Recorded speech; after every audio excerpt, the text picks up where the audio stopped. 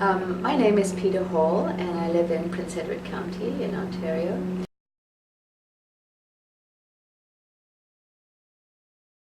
So the village I'm actually working in is called Atorkor and it's on the coast. It's quite close to the Togo border, so it's fairly far east along the Ghana coast, and it has about 2,000 inhabitants, and 350 of them are below 4 years old. So it's quite a bottom-heavy population there.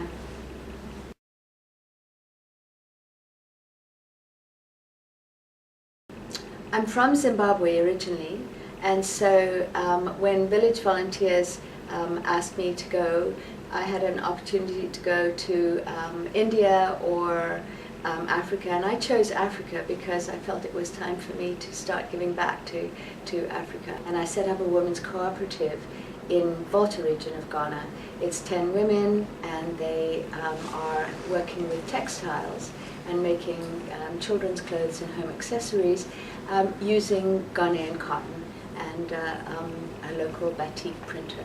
After having gone back to Ghana every year for a few months, village volunteers asked me to go down to another area of Ghana which was really economically devastated by the fishing industry had been decimated.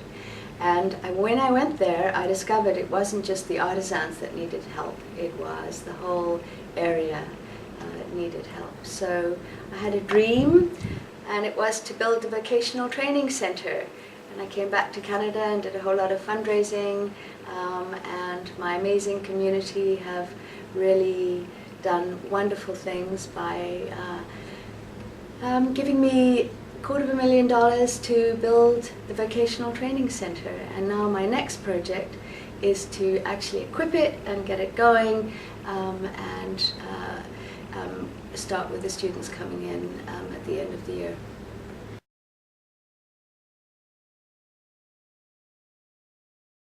Living in Ghana has been very interesting for me. I love living in Africa. I love working in Africa. I feel very at home there. I think it's because of my Zimbabwean roots. So when I'm there, I don't compare life between Ghana and Canada. I'm totally involved with living the life of Ghana. I eat Ghanaian food. I try and speak Ewe, which is the local language. I'm not very good at it, and everybody's very kind because they're not there. They don't mind my mistakes. And the children are wonderful teachers. They will always correct me and help me along my way. I'm called Mama Peta in the village, and it's a really great name actually. It means Grandmother Peta. The Ghanaians are very respectful of elders, so I feel very safe there. As I walk through the village, I hardly even notice that I'm white. I think I feel as if I'm Ghanaian. It's a wonderful atmosphere to be working there. It's, as I said, very respectful, and it's a wonderful place to have a team of laborers there who really do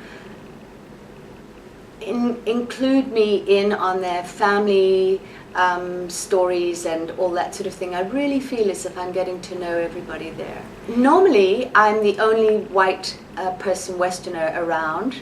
I can go for weeks and weeks and weeks without seeing another Westerner. And they're, funnily enough, not even in Accra. There's not a big tourist business in Accra either. And I have no problem with that. I have absolutely no problem with that. Ghanaians speak very good English, which is probably why my Ewe is so bad. I feel perfectly at ease being there, and the only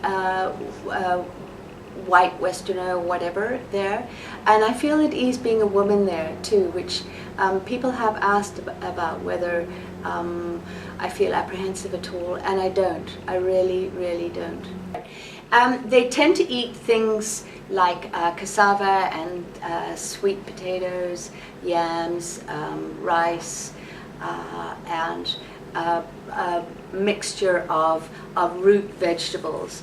Their protein is sometimes fish. Even though we're on the coast, most of the fish gets swept away to Togo or bigger markets. It's quite hard for me to get fresh fish there. And they eat chicken. It's very rare for me ever to see red meat around. There's some goat, which I know is red meat, but I'm talking about beef. There's very little beef there. The vegetables come in seasons. So this month it's carrots, and next month it's onions, and the month after it's spinach. But there's not a very long extended season, so part of our general agriculture will be that we will start doing rotation of crops and that sort of thing too. Because when you go to the market, there are zillions of carrots being sold by everybody, but you can't get a tomato.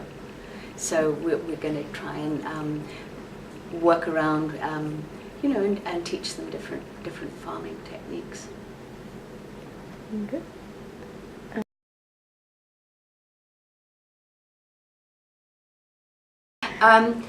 So what I'm actually doing is I'm the project coordinator for the Atorkor Development Foundation. This foundation has been going for about 10 years and has built an ICT center for the school, it's built a library, it's built classroom blocks, it's built a medical center, and now it's building the vocational training center. So ADF, as it's called, is a really wonderful foundation, and its mission is to eradicate poverty. So this vocational training center will do exactly that, because there are about 90% of the youth are unemployed at the moment. So having the vocational training center up and going will allow those youth to get skills and learn viable skills to earn income.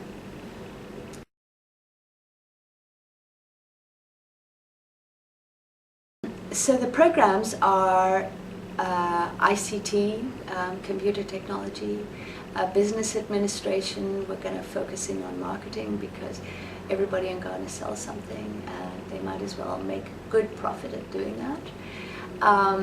Batik, because everybody in Ghana wears batik, which is very, very popular style of fabric printing.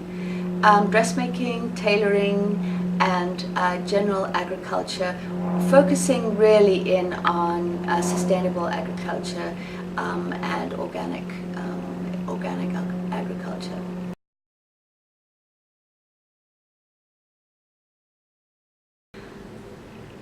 I tend to wake really early when the sun comes up, which is about 4:30 in the morning.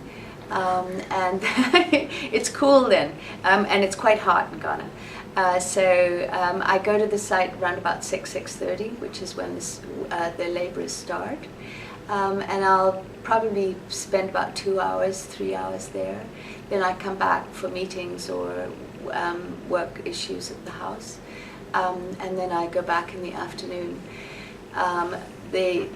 The labourers stay till about 4 o'clock in the afternoon. The sun is absolutely scorching hot, and they seem to be fine working in it throughout the day, which I think is quite extraordinary. They drink a lot of water. And there's always a sea breeze there, which is great. We're really close to the water. We can actually see the water from where we are. And there's a sea breeze coming off the ocean, which is probably our saving grace. Right. The temperature stays fairly constant throughout the whole of the day. Like it's different to here in Canada, where we have a high and a low. It's normally around about 30-35 degrees during the day, and then it might drop down a few degrees at night, but it's quite warm at night as well.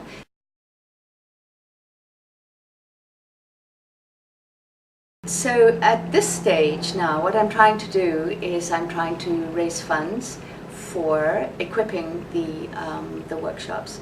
and the Vocational Training Center. We need money for sewing machines and shovels and computers and printers and et cetera, et cetera, et cetera. So we're looking for about 150,000. We've got some money already donated, which is wonderful. My community, as I've mentioned before, have been incredibly supportive. But if anybody does want to donate towards the project, they can get a tax receipt for their donation. And the best way for them to start is to actually email me. And my email is Peta Potts, PETA POTS @KOS.net. And then I can just walk them through the process of how to submit their donation and that sort of thing. It will be an ongoing funding process, because as we grow, we will need to keep raising money for the project. One of the things that I have been absolutely awed by is the fact that my community, Prince Edward County, has raised this $250,000 to build the building, and now is raising money to equip the building. My community, Prince Edward County, is absolutely extraordinary.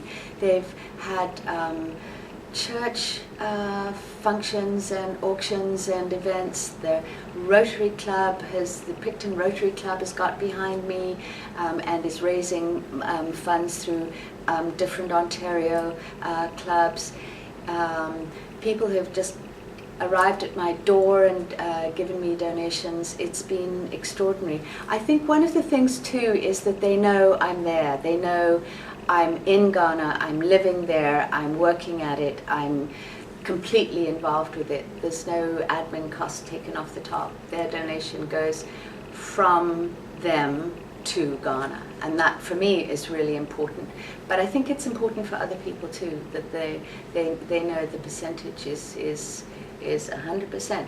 If they give $500, that $500 goes straight to Ghana. So it's an incredible feeling, and the fundraising will be ongoing, and so any funds that we can keep raising are going to be very, very gratefully received. Thanks.